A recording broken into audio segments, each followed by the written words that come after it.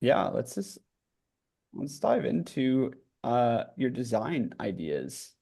Okay, Um, well, actually, yeah, I wasn't able to communicate this quick enough for you to see it, but I decided that I think it would be better actually to, based on what your community needs and what I saw last time on the last call, I hmm think we need to start on how to fund a regenerative development before we get into design. cool. So I think, if you guys are open to it, you like this presentation, I would have two presentations to follow this. So the first presentation would be how to fund a regenerative development. And Yep. then the second would start getting into all the different revenue streams. And then the third would get into potential design. Now, I have a lot of intellectual property in design. I can't share my IP unless there's a mutual NDA, but I can share a lot of other things instead with the design. So we're going to start with the funding part first, which I think is the foundation, the Cool. fundamental part. But hopefully, you guys will learn a lot of new stuff that you don't know about already from this presentation. So hopefully it'll be very useful. Let me go and share that screen so we can start. And I have this, by the way, I have a public view link of this so that you guys can get this uh, uh, presentation after and review it and have all this information as well for your convenience. So Great. let me make sure I can see everything. Here we go. Okay, so this is how to fund a regenerative development. And can you guys see this really clearly? Don't need to Yeah, expand it or anything like that? it looks great. Okay, okay. So today I want to discuss how we can fund a regenerative sustainable development that are not only environmentally beneficial, but financially successful. And then also, of course, socially resilient and capable of scaling. All these things are very important. So when many people hear the term sustainable development, they usually think of, adding solar panels, increasing energy efficiency, or reducing environmental impact. Those things are important, but regenerative development goes much further. Regenerative development asks a different question. How can we create communities that actually improve ecological systems while simultaneously creating stronger economies and better human outcomes? So the goal is not to simply reduce harm. The goal is to design systems that create abundance, where energy supports water production, where waste becomes a resource, where community strengthens economic resilience. And when designed and funded correctly, regenerative systems can often create a new revenue streams. They'll reduce operating costs as well and increase resilience and improve long-term asset value.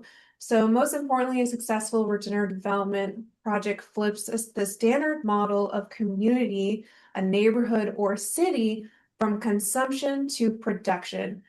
So today I'll walk through the principles, systems and funding approaches, partnerships, and implementation strategies that can help make your development a practical reality and get funding for that development specifically. Um, so the next slide is funding follows demand. Um, so many people assume that to build a regenerative development, you first need millions of dollars. In reality, funding usually follows evidence, and you don't need millions at first. And yes, you might need 5 million to start out, but you won't need an extreme amount initially. So investors are really just asking one question: is how risky is the investment? So the more uncertainty you remove, the easier capital becomes to access. So demand validation is one of the strongest forms of de-risking. If you can demonstrate that residents want to live there, businesses want to operate there, and communities support the concept, investors begin viewing the opportunity very differently. So another major form of de-risking is partnerships, as we mentioned in our last call. Um, Regenerative development is fundamentally collaborative. You do not need to invent every system yourself. So instead, you can build an ecosystem of strategic partnerships who bring expertise, technologies, products, customers, and operational experience. So for example, you may partner with companies that transform waste streams into valuable products, such as compost, fertilizers, recycled materials, biofuels, energy, or reclaimed water. So they're going, much further beyond just dealing with waste. Some of this. So you may collaborate with regenerative builders, innovative material manufacturers, modular construction companies, and sustainable focused architects to reduce environmental impacts while improving efficiency, right? So to me, sustainability is all about efficiency. If sustainability is not efficient, it's not truly sustainability. And it's not regenerative if it doesn't create revenue from that waste too, on top of it. So there's two different definitions there. There's sustainability and regenerative, and we want to get to regenerative systems. So you may attract, for instance, wellness operators and mission-aligned franchises that already have proven business models, but need to expand to new territories like wellness clinics, educational organizations for children. That's going to be a big one. We'll get more into that later. Healthy food operators and producers, longevity-focused businesses, another important one. And of course, regenerative agriculture, enterprises or pilot projects, and of course, hospitality concepts and more, events, etc., hotels for those events and conferences. The list goes on, as you guys know. So those partnerships do several things. First, they reduce execution risk because experts are responsible for these areas for their areas of specialization. You don't have to learn everything from the ground up. You simply need to know people who know how to run an already successful business or businesses and generate and show the demand. So partnerships create additional revenue streams for the development, and they provide credibility with investors because the project is supported by experienced operators. That's important. So finally, they create additional revenue or additional revenue evidence of market demand as well, because businesses are actively choosing to participate in your development. So capital is often not attracted to ideas or pitch decks alone. Capital is attracted to traction. The goal is to gradually replace assumptions with evidence. Demand validation reduces uncertainty, and strategic partnerships reduce execution risk. Together, they create the confidence investors need to move forward. So next is demonstrating demand. How do you demonstrate that? So demand validation can take many forms. Future residents can join waitlists. Commercial tenants can sign letters of intent. They're called, or otherwise they're called LOIs, letters of intent.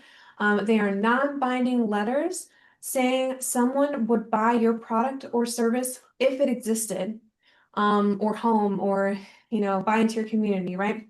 So operators can express interest in wellness centers, restaurants, schools, or retail spaces or homes.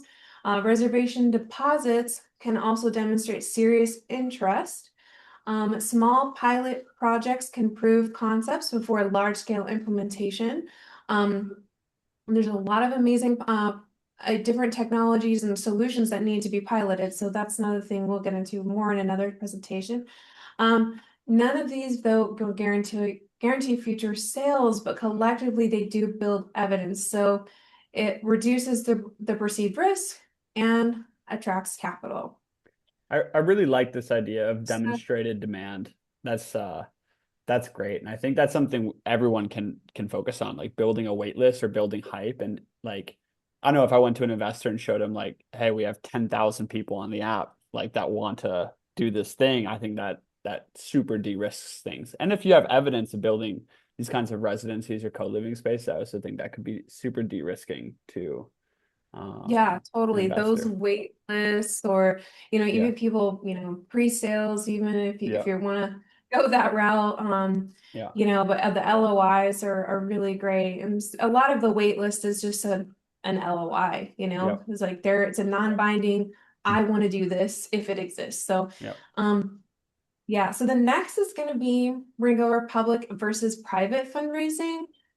There's two different paths, or like generally two approaches to raising capital. The first is building publicly. This involves openly sharing the development journey, educating experiences, and creating communities around the vision. The second is private development. That involves confidential discussions with strategic partnerships, investors, landowners, operators, and institutions. But neither approach is inherently better. I've seen, communities do both successfully. So building publicly can generate enormous momentum and community engagement. That's a great bonus of it. And private development can provide discretion and focused execution. So you're very focused on what you're doing and you're not distracted with all the other stuff, right? But neither is better than the other. So many successful developers can even and actually do blend both approaches. The important principle is understanding, which approach aligns best with your personality, your market, and your goals. Let's talk more about building a public or the public capital strategy. So that, of course, means allowing people to participate in the journey by sharing it. You share the concept renderings, potentially. You share sustainable strategies, progress updates, educational content, lessons learned even about business. And this process builds trust. Trust builds audience. Or audiences, and then audiences become future residents, customers, operators, investors, business partnerships, and advocates. And of course, you can build in public and like in person or online or both. By the time fundraising begins, you may already have in this strategy substantial support from people who understand and believe in the vision, which is a great plus. And then for mission-driven project, especially, this approach is extremely or can be extremely powerful. So now there's a quiet development strategy, because not every founder wants to build publicly. Many prefer a quieter approach. Private fundraising often relies on relationships. Still, just like all business, right, is built on relationships. Meeting investors individually, working with funds and family offices, engaging institutional partners, collaborating with strategic operators, conducting market validation discreetly. This approach often provides greater confidentiality and flexibility. If you want to like say, I don't want to do this anymore, I want to go do this, it's easy to change your mind, right? Ultimately, both approaches aim to accomplish the same objective, build enough confidence that capital providers are comfortable investing. So did you want this, by the way, Christian, to be more Socratic? Like if people really want to say something, No, they I can, or really like your presentation and style. Everything's perfect. And we can go back and forth a little okay. bit throughout, but if you want to open it, I think it just keep going the way you're doing. Yeah, I agree, but go through it. There's some fundamental things that are very essential. I'm very pl like wowed that you have this type of understanding.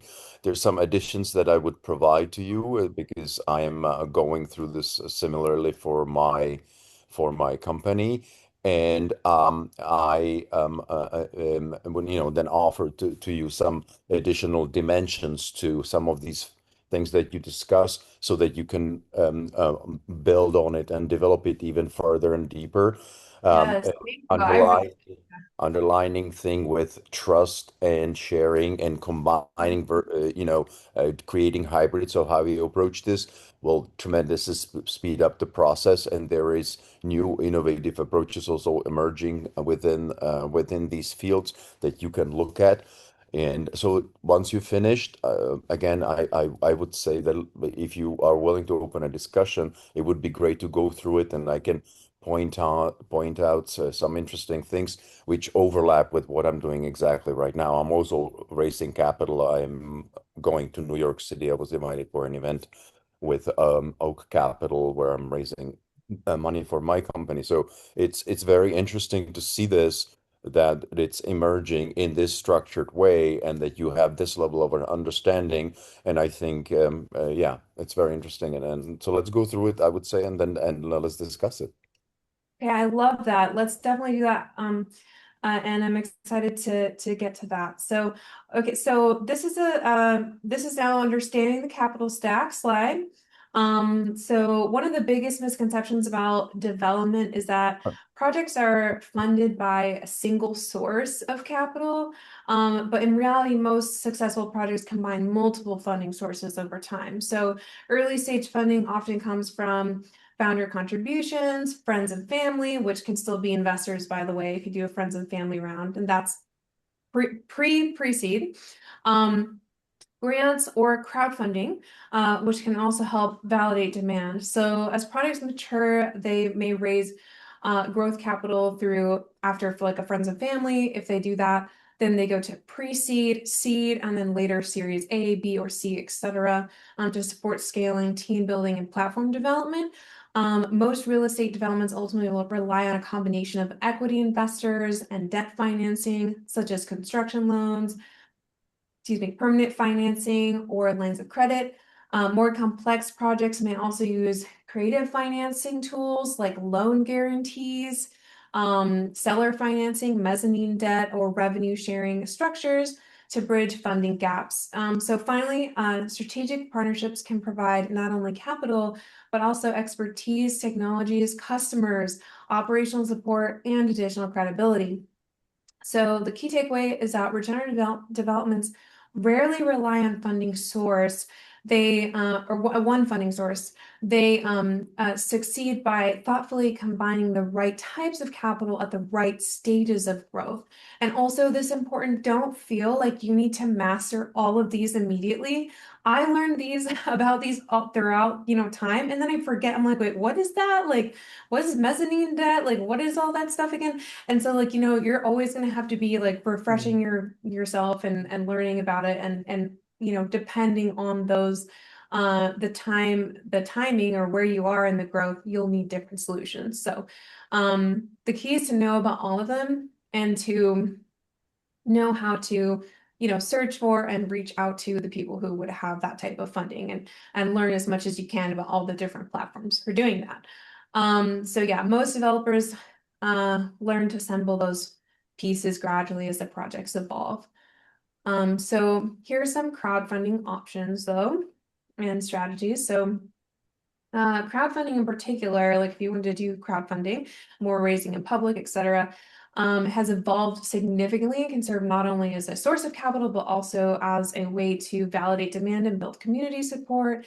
So the first one I think is like one of the most interesting that people are using today in crowdfunding. This is a revenue-based crowdfunding.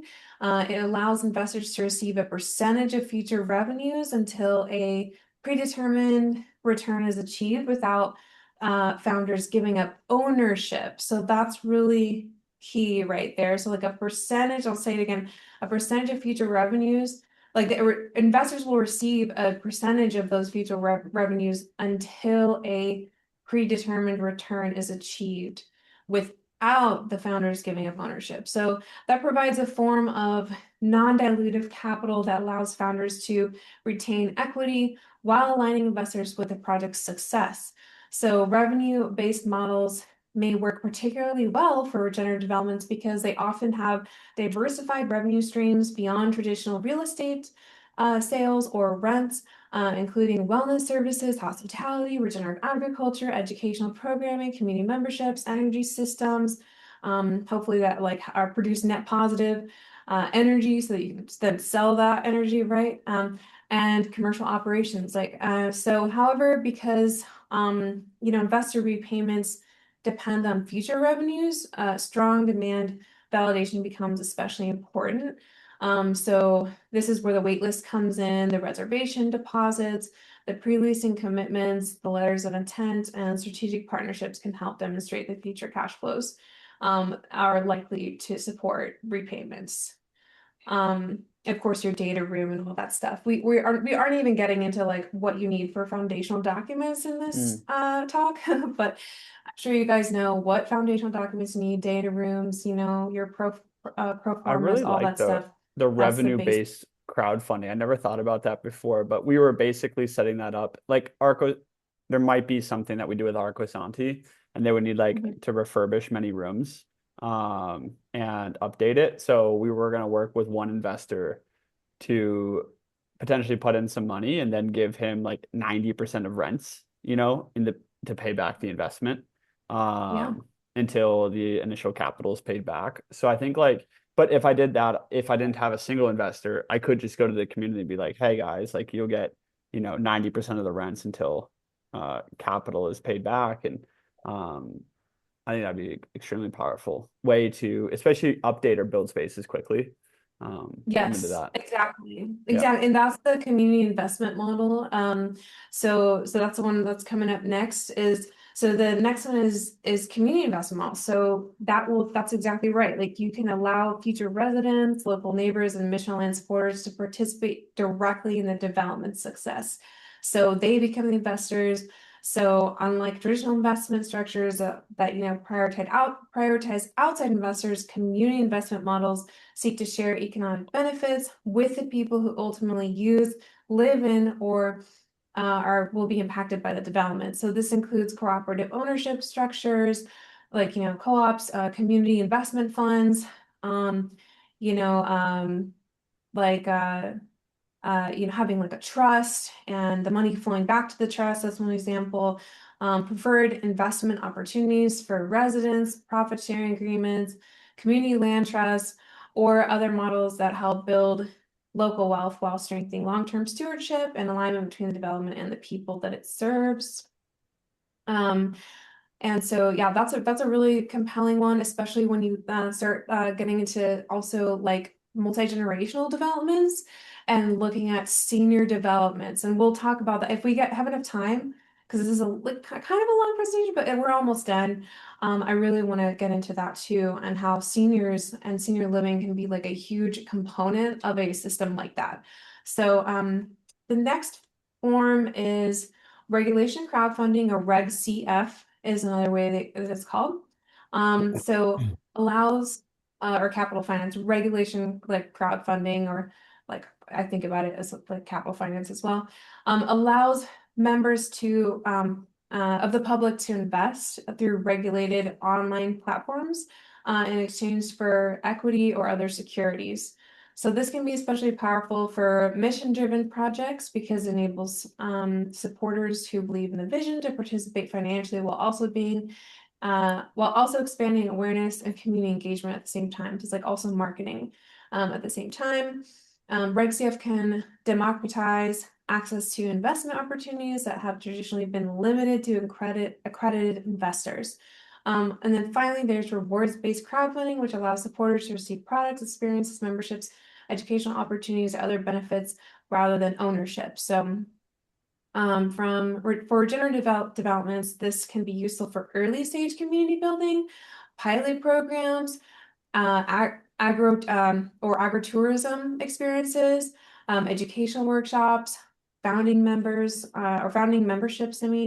or validating interest in future amenities before significant capital is invested. So each crowdfunding approach has advantages depending on the project stage, capital needs, desired ownership structure, and community engagement goals. For regenerative development in particular, crowdfunding can be more than like raise money. It can validate demand, strengthen community buy-in, align stakeholders, and build a movement around the project long before construction begins. And then have a recommendation here. If you're going to do Reg CF, I recommend this company called Inbound. I vetted them and they take a very small amount, very, very competitive in terms of like what they take after the crowdfunding raise has, their percentage that they take after the crowdfunding raise has closed. And yeah, so they're Inbound and they're for Reg CF, SEC certified crowdfunding.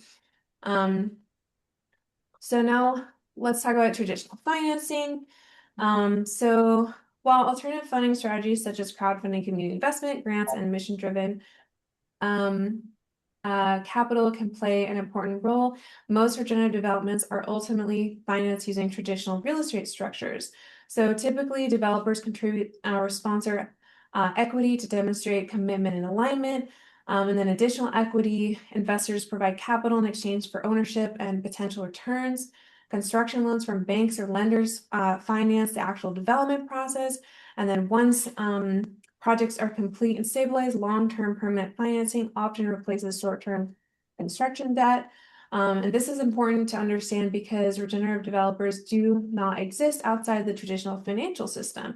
In fact, one of the biggest opportunities is demonstrating that regenerative approaches can strengthen conventional investment outcomes.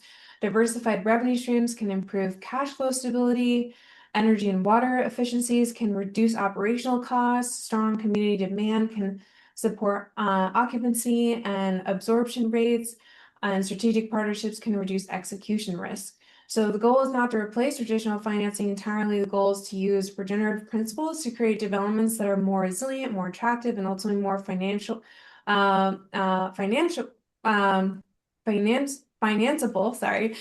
with existing capital markets. So this is where mission meets economics. So like one of the most important fundraising lessons is to understand that different investors care about different things.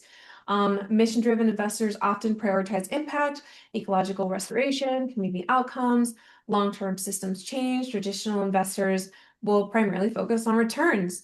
So that's risk mitigation, execution capability. And the most successful regenerative developments, though, they bridge both worlds. They demonstrate that regeneration improves economics, that sustainability reduces long-term costs, that the resilience enhances asset value. The objective is not choosing mission or profitability. The objective is showing that they reinforce each other, right? So mission and the financial piece, they reinforce each other. And that's kind of where the regenerative flywheel comes in, where like a successful regenerative development, they often follow a repeating cycle. They develop a compelling vision, they validate demand, they build partnerships, they secure capital, they execute effectively, they have good operations, in other words, and business sense, and then they generate proof through successful, those successful operations, use that proof to support future projects, through those revenue streams that they're generating, and then each completed project reduces uncertainty for the next project. So over time, this creates the regenerative development platform rather than a single isolated project. So we do have a little bit of time to go over these last two slides. I wanted to just throw these in here as like other ways to get your sustainable development funded, and to really understand where we are currently in society. So this is like the current reality and the two strong forces shaping the future right now. And that's, to talk about seniors and birth rates. Those are two of the most important things when you're thinking about building a community, right? Because part of building community is to, be able to foster, a community that where having children feels not only safe, but convenient economically and spatially, like in the design, right? And so the other piece, though, to that is the elders and having multi-generational communities. We all know those things are good, but we don't necessarily know how to create a development that can foster both in the long term. And so my view is that you can go kind of either way. You can kind of start with the the child rearing, the young families, and create a really good affordable space for them and a safe place for their children. Or you can go it might be a slightly more difficult route depending, but will be more financially viable, go with the senior living and seniors first. Because as a lot of people know who study economics and things, the boomers hold the bag. They hold the money. The majority of the money on earth is with the boomers. And and that's just the reality. And so any market that follows the needs of the boomers is extremely financially successful. Any market, look at how like the different services and products, anything that serve the boomers is always successful. So, and right now, 1 in 6 Americans are over the age of 65 or will be over the age of 65 by 2030. That's an incredible amount.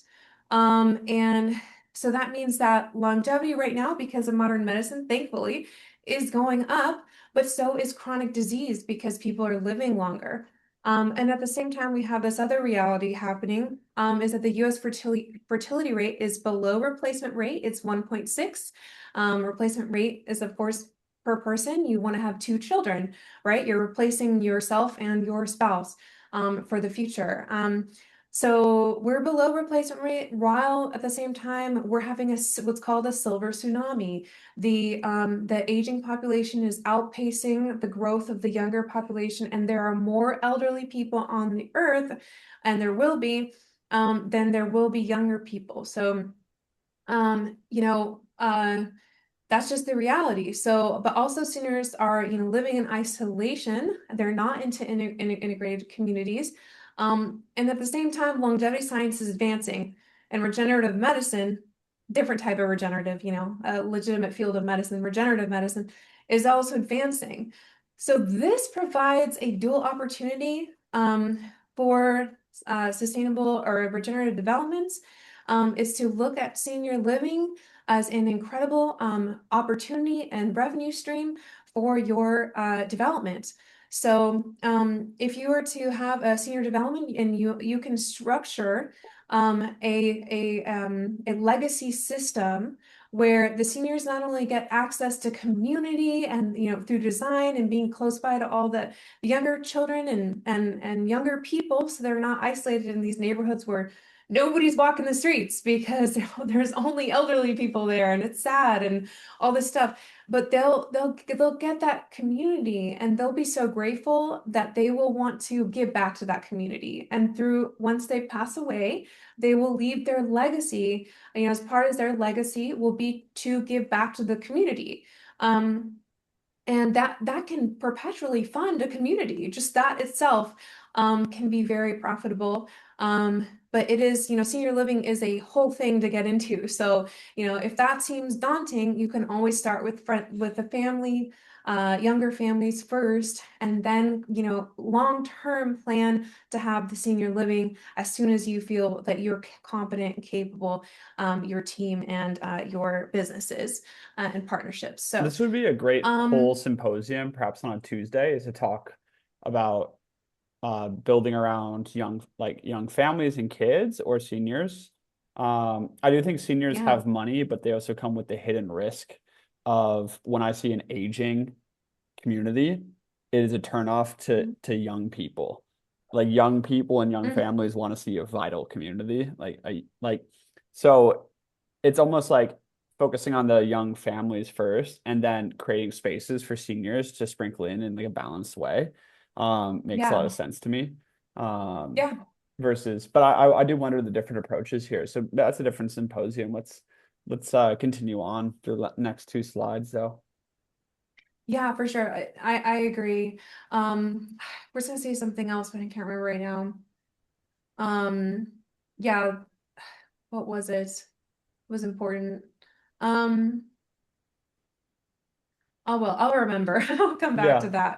that. So yeah, so the next thing right before we end is just I want to talk just a little bit. Oh, that's what it was. I remember now. So the other thing with the benefit of the senior living is if you go ahead and start like having local regenerative medicine clinics and wellness centers that are like Mhm. legitimate advanced medicine. So like I'm talking about stem cells, gene therapies, things that are, validated by evidence and are extremely effective at rejuvenating the human body, because that is actually a benefit to more middle-aged or even people in their 30s, to go Mhm. ahead and start getting regenerative medicine, stem cells, exosomes, all these incredible technologies that can help heal injuries, that can keep them younger for longer, especially since we're all aging and there's much less young people. So to me, that's one benefit. As long as you include the like regenerative medicine and wellness centers part, it's all this big system, right? But yes, maybe it's a little less attractive if like one of the first things built is a senior living center on a place that's meant to encourage young families. But it depends, right, on how you build it. Maybe if you just go ahead and build the schools and the Yep. co-working and all this other cool stuff, people won't care. They'll be like, yeah, I want my grandma to live, next to me. Maybe I'll finally be able to bring my grandmother Yeah. to live It's next to super me true. instead of Yeah. driving. Yeah, Yeah, I think it's just could a be more sequencing convenient. thing, like finding the right sequence of how to, but it is a huge funding opportunity. And also like I want my parents to live by me too. So um yeah. Exactly. And so actually that's, this is a really good point. I just realized that, so, the data shows that people who are having families right now, since we're having a lot of the time children at an older age now, even as well, they're having to take care of two people at once, their newborn children or their recent children and their aging parents. And it's a massive burden for Oh people yeah. who are trying And to it's have already families. economically impossible like to do one of those. I do think I wonder if for senior living, like to focus on that is actually like be focusing on young families, but create a senior living center where they get to invite their parents if they align with the so if the people in the community are filtered for alignment, right, and come together on voluntary like free association. But then there's a senior living home for their parents. Most of those parents are going to have more money than their children, right? Yes. So, like I could see a world where my parents, get a second small house, right, in a community like the one I'll build, and Mhm. they would definitely invest, into what's happening, especially because they would want to be close to me, my kids, and my future kids And because anyway. their grandchildren are going to live Yeah. there, and maybe their grandchildren's grandchildren. Yep. So yes, it creates this whole beautiful cycle of, helping, and it's regenerative, right? It's Yeah. it's truly regenerative. So the last thing is I just want to touch on really quick is again like aligning human health with land restoration. So, thinking about elderly and getting old and things like that, heart disease remains the number one global cause of death. Industrial protein systems are designed for scale, but not necessarily health. And if you ever think about like, why do we eat the food that we eat? Like, why do we eat chicken and beef? Like, what does that make any sense? Like, beef originated from a very small area of the world, and then like through agriculture, we went ahead and just made beef unanimous everywhere. But that's not what we were eating ancestrally. We were eating a lot more lean meats like deer, venison, turkey, other, wildlife. So I just wanted to, bring that in a little bit is thought to think about if we're talking about the health aspect as well, think about, well, what from first principles, what are we eating and why? And could we instead, focus more on venison, turkey, buffalo, bison, bison, I mean, and other Elk. wildlife Yep. in a more uh, yeah, elk, things that like are rewilded, right? If elk Mhm. were native and not invasive, let's bring elk back. Like if let's bring in venison, make sure that the populations are healthy, because when you take away keystone predators, the deer get sick and the populations get really sick. So actually, counterintuitively, by culling the deer, the herds, you're making the populations healthier and happier, and you're making your people, healthier and happier, and I do wonder about locally. that So too, those are just though, some things to because think of. to feed a community, the scale of the forest you would need if you're actually gonna do it like based on population around there is insane. So you do need like some kind of, you need animal husbandry. Like you need, yeah, to a high Well, Yeah, degree. and then logistics chain. A lot of what blows my mind is that if you're trying to get venison in the United States, the only venison you can buy is shipped all the way from New Zealand, Really? you know? Yeah, it's like, why is that? Even Like like we have force of so nature, many, like regenerative venison. I think that's yeah, American. I Oh, think really? so, right? Or maybe I'm wrong about that, but a lot of it like is like Yeah. all the way from New Zealand. I could be The wrong though, supply chains otherwise, are but absolutely insane. But the issue with yeah, supply chains is until we actually build these local ecosystems, like there's going to be no solution to any supply chain. yeah. Um, and Well, that's absolutely right. luckily you have luckily you have a guy with an MBA in supply chain management. there we go. Roman's on it. Well, Kira, do you want to finish this presentation and wrap it up? Yeah, that's really it. There's so much to talk about, but I wanted to just barely gleam on some revenue streams and thoughts about health and food. But that's it, guys. If you want to Mm. connect with me, please do so. I'm on LinkedIn, Kira Marie Nightingale, my name on LinkedIn, or from this app, as well. Retribalize.ai. I'm on here, and then also on YouTube. I'm on YouTube. I post other presentations on YouTube. It's Art Science Wonder. I should have put that on here. But I'm Art Science Wonder on everything. I'll type it out here. Art Science Wonder. I'll pop up right there on YouTube. You'll see my profile picture. The top one on there. And then yeah, like I'm happy to open a discussion now. Yeah, thanks so much, Kira. This was an excellent presentation, and I learned a Yeah. lot about funding systems. What I'll do is I'll post this in actually the coursework for the Retribalize Academy, so that as people come in, like they can see it Mm. and they can connect with you. Yeah, I think there's so much to go into on each, slide could be a potential symposium for a different day. Honestly, like each one of these slides could be an entire discussion. Yeah. Um, I really liked the reducing risk framing around funding. Mhm. I think so many people in this space tend to approach funding as like this like mission oriented thing versus what are the hard economics of building regenerative systems. And most people who are in charge of actual funds are highly intelligent, right? So like you're Yeah. you're dealing with people who are like, okay, like what's the sauce on this though? What's the salt? Um, Right. They'll know and if your numbers are off, yeah, they're like, these numbers don't make sense. You can't yeah, just put anything. Yeah. yeah.